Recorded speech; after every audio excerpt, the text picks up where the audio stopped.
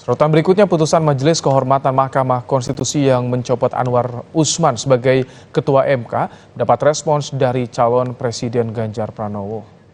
Ganjar mengatakan menghormati putusan Mahkamah Konstitusi, Majelis Kehormatan MK terhadap 9 hakim konstitusi dan membiarkan masyarakat yang menilai putusan yang dijatuhkan kemarin. Sementara soal aturan yang jadi dasar Gibran Raka Buming Raka, Ganjar enggan berkomentar dan hanya berharap demokrasi Indonesia bisa lebih baik lagi. Oh ya, sudah diputuskan, jadi saya menghormati keputusan MK dan masyarakat semuanya punya hak untuk menilai. Tapi putusannya tidak menganulir putusan sebelumnya, Pak, bagaimana, Pak? Kenapa? Calon Gibran tetap dinyatakan calon. Oh enggak, saya sih tidak akan berkomentar soal itu, karena sudah diputuskan ya kita hormati atas keputusannya. Semuanya silahkan menilai sendiri-sendiri apa proses yang terjadi di sana. Kita harapkan demokrasinya bisa lebih baik aja.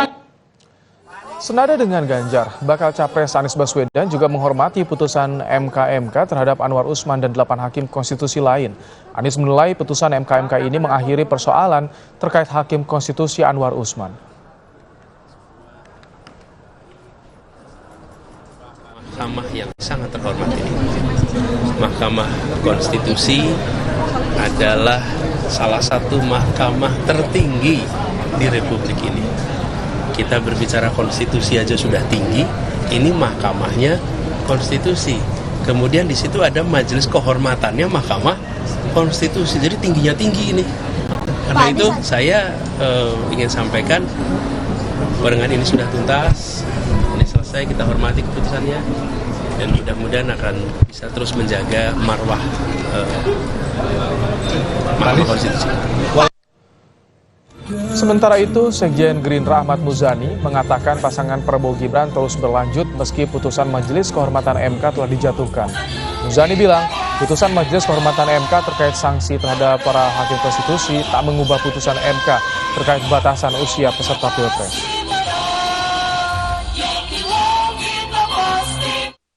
Karena itu kita menghormati, kita menyetujui, tapi sekali lagi MK tidak membatalkan keputusan.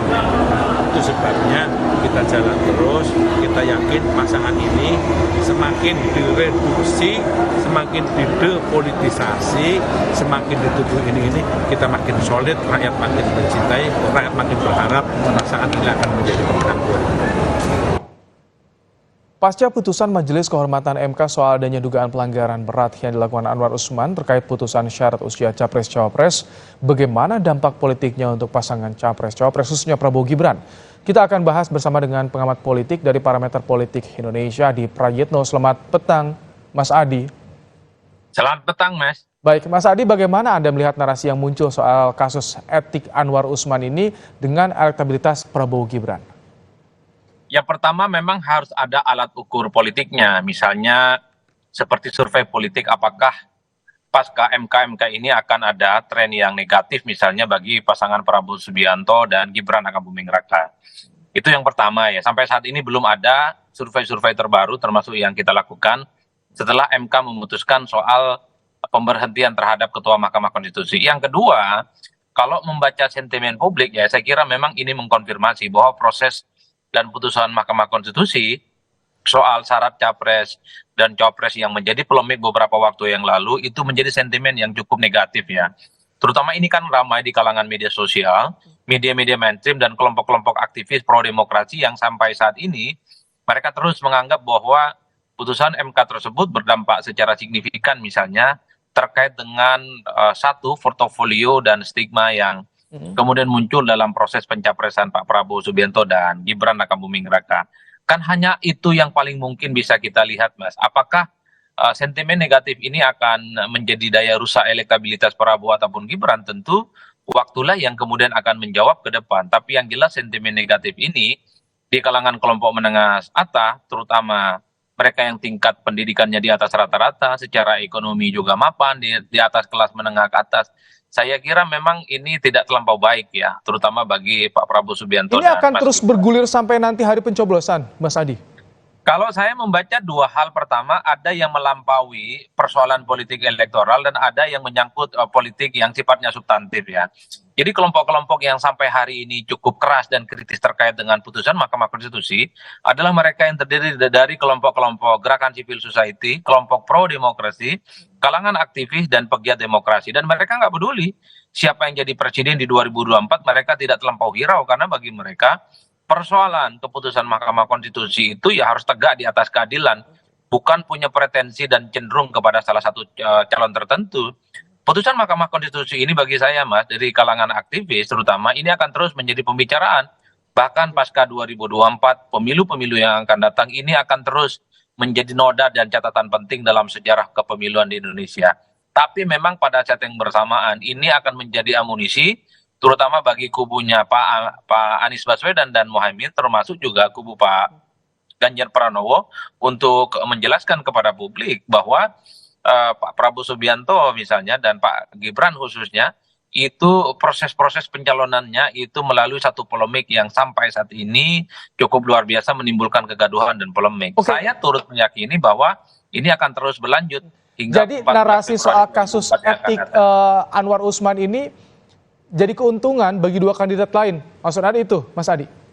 Saya membaca begitu ya, minimal dari stigma politik ya, ini tentu menjadi keuntungan terutama bagi kubunya Ganjar dan kubunya Anies Baswedan, karena mereka inilah yang kemudian terdampak secara positif ya dari stigma yang kemudian ditimbulkan efek dari putusan Mahkamah Konstitusi itu. Ini yang saya kira memang ke depan akan menjadi satu pertarungan narasi yang cukup luar biasa. Di tengah gencarnya stigma negatif terkait dengan putusan MK, terutama kepada kubu Pak Prabowo Subianto, kan kita juga bisa melihat, Mas, pada saat yang bersamaan kubu Prabowo Subianto ini kan membangun satu narasi bahwa mereka sebenarnya satu harus menghargai putusan Mahkamah Konstitusi sebagai upaya untuk menghormati itu adalah keputusan politik dan hukum yang harus diletakkan di atas segala-galanya. Mereka membangun satu narasi bahwa kepemimpinan kaum muda di masa yang akan datang itu penting. Jadi perang-perang narasi yang semacam ini sepertinya memang adu kuat nantinya. Siapa kuat, siapa yang mampu menarasikan ini sampai kepada pemilih, maka dialah yang kemudian akan mendapatkan faedah elektoral. Mas Adi, kalau tadi Anda bilang ini menguntungkan dua kandidat lain, tapi bagaimana ketika tadi dua kandidat menanggapi soal putusan MK ini dengan tenang, menghormati proses hukumnya? Ya saya kira memang itu statement normatif kan. Anies Baswedan dan Ganjar Pranowo mereka menganggap ya ini adalah keputusan yang layak dihormati sebagai bagian dari penguatan politik dan demokrasi ya. Tapi kan pada saat yang bersamaan kita tahu para pendukung Anies dan para pendukung Ganjar sering mengkapitalisasi bahwa persoalan putusan MK ini adalah sesuatu yang buruk dan cacat gitu bagi pencalonan di 2024. Terutama bagi Prabowo Subianto dan Gibran kan. Itu kan amunisi-amunisi yang secara langsung terus disampaikan kepada publik. Bahkan sampai hari ini itu cukup kencang.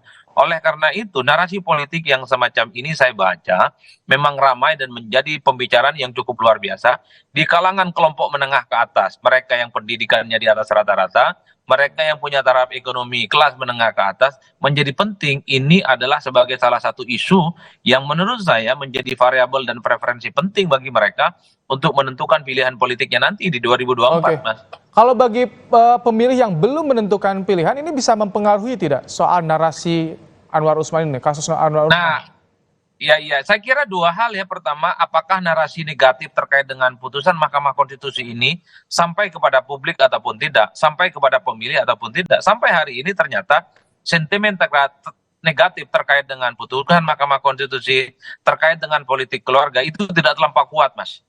Oleh karena itu, sejauh mana nanti kerja-kerja politik dari pendukungnya Pak Ganjar dan Pak Anies khususnya mampu mengkapitalisasi ini kepada pemilih sehingga pemilih tahu bahwa ada persoalan etik misalnya yang terjadi pada pasangan kubu 08. Ini yang saya kira saya selalu menyatakan menjadi pertaruhan penting yang cukup signifikan. Nah yang kedua, kalau mau jujur sebenarnya 60% masyarakat kita, pemilih kita tidak terlampau engage, tidak terlampau peduli, dan tidak terlampau tahu terkait dengan putusan Mahkamah Konstitusi, terkait dengan kisruh soal pencapresan, termasuk soal politik kekeluargaan, Mas. Ini yang saya kira menjadi tantangan besar, bahwa riuh rendah di media sosial terkait dengan pencalonan Mas Gibran khususnya, di media sosial juga ramai, ini ternyata juga tidak terlampau masif sampai di kalangan pemilih. Ini yang saya kira akan terjadi suatu hal yang dipertaruhkan ke depan. Bagaimana kubu penantang Prabowo harus mampu menerjemahkan ini sebagai sesuatu yang dalam tanda kutip ya, bisa mengurangi daya ungkit elektabilitas Prabowo Subianto. Karena pada saat yang bersamaan, kubu Prabowo juga membangun narasi putusan MK itu adalah sesuatu yang layak dihormati dan tidak ada kaitannya dengan proses pencapresan dan seterusnya dan seterusnya. Oke. Perang narasi ini penting bagi saya karena masyarakat secara perlahan mulai engage, mulai aware, dan menjadikan media sosial sebagai preferensi dalam menentukan pilihan politik mereka. Baik, terima kasih Mas Adi Prayitno, Direktur Eksekutif Parameter Politik Indonesia telah menyampaikan pandangannya dalam Kompas Petang sore hari ini. Sehat selalu Mas Adi.